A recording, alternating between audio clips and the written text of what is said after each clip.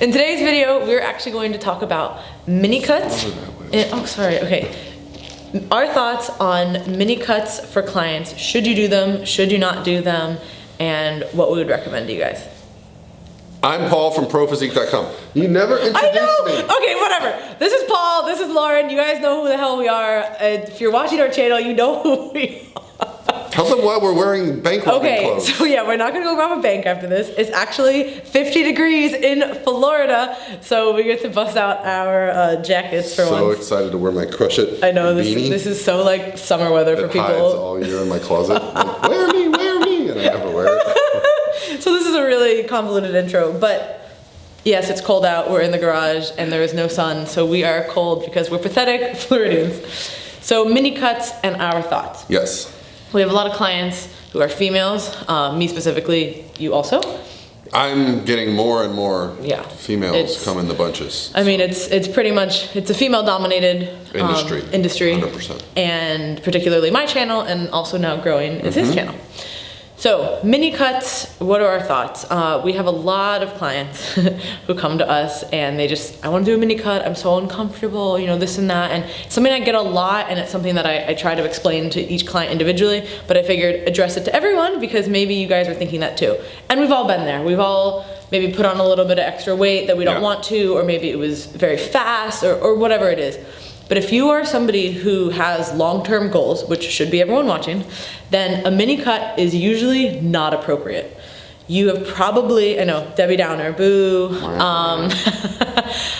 You have probably not been in a maintenance or a surplus for long enough. So essentially what's gonna happen is, the reason you're probably having these adaptations and these negative things happen to you because you're probably doing this all the time, right? You're probably going up and you're probably coming down, and then you're never really giving yourself time to recover. I'm not going to use the word damage or things like that, but you know what we're talking about, right? So what the best thing to do, honestly, is to simply just eat in maintenance or surplus for an extended period of time. And I'm not saying sit around and eat 10,000 calorie challenge every day if you're uncomfortable with your body. No, but just simply being in a maintenance phase and just kind of staying there is so important. Also, I'm really big on, I'm sure you are too, just developing more flexibility in your diet, right? So over time, this is the time to kind of learn how to do that. So then when it does come time to diet, you can stay with it, and then you aren't so like rigid that you just want to like fall off the wagon. And is this making sense? I feel like I think we should give some specifics, because when you're talking about reverse dieting, I think there's a couple specific cases. The most specific is usually the person that's dieted for 6 months, 8 months, done a couple shows, went on vacation, lost their mind for 2 weeks, and put on 20 pounds. And they're like, can we do a mini cut? Can we do a mini cut? And the difficulty there is basically that your metabolic rate, even though you put on 20 pounds of fat, you haven't done any benefit to your metabolism.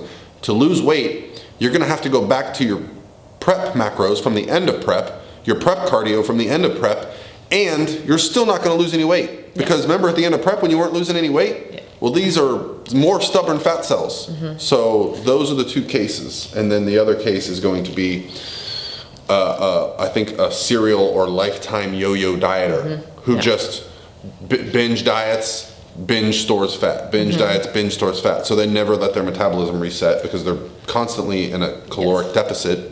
And psychologically too, you have to be in a good place to diet. I'm really big on this, and particularly after working, again, with a lot of female clients who've had disordered eating issues, just because you feel uncomfortable with your body does not mean it's time to diet. Absolutely not. Dieting will not solve your body image issues. A lot of clients think that, like, oh, I'm just uncomfortable, what if we just start? No. You emailing me that isn't gonna make me say, oh, okay, I'm not gonna give in, right? Because the ideologies are still the same. Like, I'm looking out for your long-term goals, Paul's looking out for your long-term goals. Anything that we talk about is for long-term health and sustainability. So doing continuous mini cuts when you just don't feel good, and then you diet for a little bit, and then you're like, oh, well, the diet's over, so then you go and eat everything, and then oh God, look. It's never ending, kind of like a yo-yo diet, What indicators do you look for someone that would respond to a fat loss phase? So perfect example, I will use my client, Megan. So Megan is, if you guys don't know her, at Powerlifting Barbie. So she is somebody who we worked together for a while. She actually did my diet study long time ago. At USF? At USF. And then, so she was in that was when she dieted. And then she did her own thing kind of for the 3 months off season. then we became friends, and she was like, Was hey, she can you in the coach me? flexible group or the rigid group? She was actually in the rigid group. Cool. So she did the diet, and then she did a 3-month off-season part, or 10-week, whatever it was. Then we started working together. We reversed for, I should know the numbers, a very, very long time, probably about 6-7 months. And she'd already done an off-season herself for like 2 or 3 months, right? So now we're at the point where she just, you know what, I want to lose a little bit of weight. And she didn't have any competition goals in mind until maybe this summer, and she hadn't dieted in 9 months. So I was like, you know what, we worked up her food to a ton. If anyone knows her, she's pretty tiny, like 300 grams of carbs and 100 grams of fat. Girl was eating, okay, so hadn't dieted in 9 months, wasn't really doing much cardio, and didn't have any disordered eating that I would red flags. Okay, let's do a mini cut. And she keeps a nice body composition, and she trains hard. Yeah, she's so not a cardio bunny. No. So it wasn't like I want to like get shredded. It was just like I want to lose a little bit of weight, right? So we did actually we just did a mini cut, and she responded really, really well. I did push her at the end a little bit to like getting that uncomfortable, like, oh, I'm just thinking about food all the time kind of thing, but it wasn't like a comp diet. It was just getting kind of lean. She lost, I should know all these things, a little over 10 pounds, I believe. Well, that's a lot when she's probably, 130? Yeah, she's tiny. Yeah. So it was, and she responded really well. And then now we've kind of, reversed out of it. Now she's just maintaining, kind of eating what she wants. So that's a perfect example of, okay, when a mini cut is necessary. She's not, competing right now. She had taken, like I said, over 9 months off of dieting. She's not a chronic dieter at all. Yeah. She has no food issues, and she wasn't relying on cardio or training to maintain her weight. I think the benefit of being in the position that we're in, knowing so many people that have been in this position where they want to do a mini cut, but we know what to look for. We know if your calories are low, your cardio is high, and that's just to maintain your weight. Yeah. It's going to be tough to see any benefit of a mini cut. You're going to actually set yourself back doing a mini cut. You probably shot some footage with Aria, who is a client of Lane's, who was in a terrible place after her preps years ago.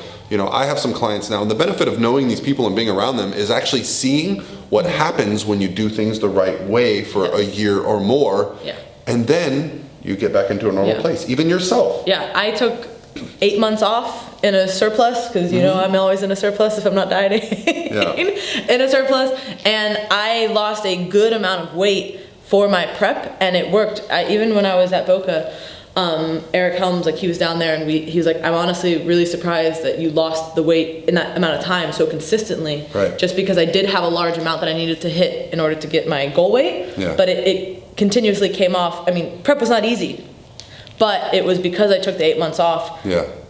And you got uncomfortable. I mean, you were more over stage weight than you probably ever want to be again. Yes. 100%. Your hormones were not in a good place. I remember you getting some tests done, and everything especially after prep. Everything was shit. And you didn't feel good in the gym. No. You weren't. I was just in a not bikini girl. Good place after all my shows. So I said, you know what? Let my body do what it needs to do. And nobody likes when you know what you look like contest lean, and you kind of have this standard in the industry. But I said, you know what? I think a lot of the people we work with, yourself included, it's not just about doing a couple contests. You're going to be at the Arnold. You're going to be at the Olympia. You're going to be at photo shoot for Blackstone Labs. You're going to be at a photo shoot for Celestial Bodies. You're going to be at a photo shoot for whatever it is. That's where I run into my most common problem is a girl will sign up with me, and we're picking on girls mostly because guys don't care. They'll put on body fat. They'll overeat for a year. They don't care. Yeah. Guys like to see the scale go up. Yeah. We pick on girls because there's more of a stigma with staying lighter and worrying about the number on the scale. But a girl will sign up with me after a contest season and be like, I'm going to reverse diet for 6 months. And then 2 months into that diet, they're like, oh, by the way, I have an expo in 3 weeks. I need to drop 10 pounds. And it's like, no. You're not doing that. I can tell you what's going to happen. We're going to diet for 2 weeks. You're not going to lose any weight. You're going to lose 1 pound. You're going to feel depressed. You're going to have low confidence going into these events. You're going to want to get back into a serious diet to get back to.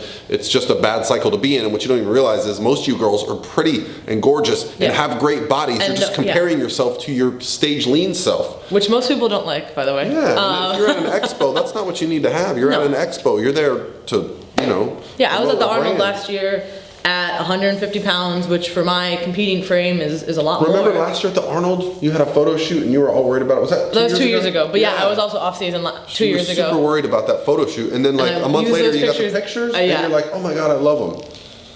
There's just different looks. We get in our own heads, and it's our job as a coach to get you out of your own head and kind of steer you on the path. And the benefit of having been doing this for years now is that I have clients, I have testimonials. I can actually put you in touch with someone that was 60 pounds over stage weight, not able to lose a pound, and we spent a year, literally a year, not trying to lose weight, reverse dieting, and then now guess what? Yeah. Now we're back to a place where we can lose 5 or 10 pounds. We can, People really underestimate how hard maintaining is. We're so used to extremes. People who are drawn to this lifestyle are drawn to extremes. That's just kind of our personalities. Yeah. So when you're just maintaining, I almost get the sense that when people update me, they're like, yeah, everything was just kind of status quo this week. Nothing exciting to report. I'm like, this is actually good. Yeah. Like every week doesn't have to be like this like massive like catastrophe or like, all these like highs and lows. Yeah, the maintaining is almost more exciting for me as a coach. Like, okay, everything's just kind of, we're doing good. Right. And that's really when you make that progress. Like you add in food, you kind of get to a place where you're good, and then you just kind of coast, and then you add in more flexibility, and then you're ready to do a diet. But that's after an extended time, and I can't stress that enough. Yeah. And if you've worked with me and you're watching this, you're probably like, yep, this is what Lawrence told me. Yeah. But same with me. Yeah, it's this. That's why I wanted to do the video together, because we both share, again, similar viewpoints on this. And most clients, if you do end up dieting or whatever, it just doesn't end up well when you're not in a good place. So most people are just overthinking it. Everyone still looks awesome. Like nobody's going, oh, you lost 3 pounds for this? Like, you know what I mean? It's just for you. And you know what? You can focus on other things like your calories increasing, like your performance in the gym, like the fact that you're not thinking about food 24/7. The fact that you have energy to do things outside of training. I think a lot of people forget that. Like there is a life outside of just working out and eating. So if you have energy for those extra things, during prep, that kind of all you should almost be away. Excited for dieting before you're dieting. Like a mini cut. I mean, let's look at what the result's going to be. You're going to lose 3 or 4 pounds, but it's not going to be a 3 or 4 pounds that's going to have an impact on how you look in a bikini usually, or how you look in your clothes usually. You might not even notice the first 3 or 4 pounds that you drop. Yeah. And then you're just setting your metabolism back further. So if you want to do something like that, just make minor tweaks, just maybe move around a little bit more, kind of maybe change up, I don't know, like food sources if you feel like, okay, this makes me feel a certain, whatever it is, like small changes. But as far as cutting calories, change up your supplements a little bit, maybe go for another walk. But as far as like dropping calories, I'm 100% not for that. I talked about, I'm actually going to be going down to Boca to do a lot of video content. And right now, and I said, I'm going to change things up a little bit. Meaning, that didn't mean I'm cutting all my food out. I'm pretty much just gonna track a little bit more. I'm not changing my intake. I'm just tracking a little bit more, making a little bit smarter choices, i.e. last night I ate a pint of Halo Top instead of a pint of Ben & Jerry's.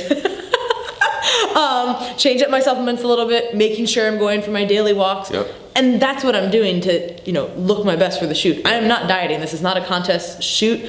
And, my competing is more important to me than how I look in a photo shoot or a video shoot. Because this body is still fine. It's just not a contest body. But it doesn't need to be. I think ultimately that's the big picture, is understand what your long-term goal is and don't short-term goal yourself out of your long-term goals. Yes. Oh, okay, yeah. If you guys have seen me post about it, we'll put the link below to sign up. But I do have a camp in February in Arizona. So again, all the details will be in that link. Love to see you there. Going to do glute training and stage presentation seminar, Q&A, all that good stuff. I even saw you talking about tanning, like protein. Yeah, everything is going to be like anything that you need to know when you step on stage. I'm super detail oriented, so we're gonna go over that. And it's at a great gym, my buddy Tyler's gym, our buddy Tyler's gym. Yeah, it's at a really great place. My new website just launched, so go check that out. It is gorgeous. Thank you, Eric Young. He did an amazing job on it. I am ecstatic. So those are the 2 big things that are going on right now. Okay. And I will have a ton of content to share after February with you guys from both Blackstone and Celestial Bodies. And of course, we're both traveling to and fro Columbus, Ohio. Yes. Well, that rhymed. Nice. I'm a rapper. It's so the beanie, it is. Hold on. Eric Helms knows I can beatbox. What up, Helmsy? Well, you want to say goodbye?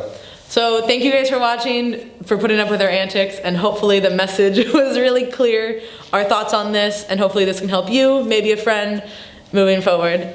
Have a great week. Word.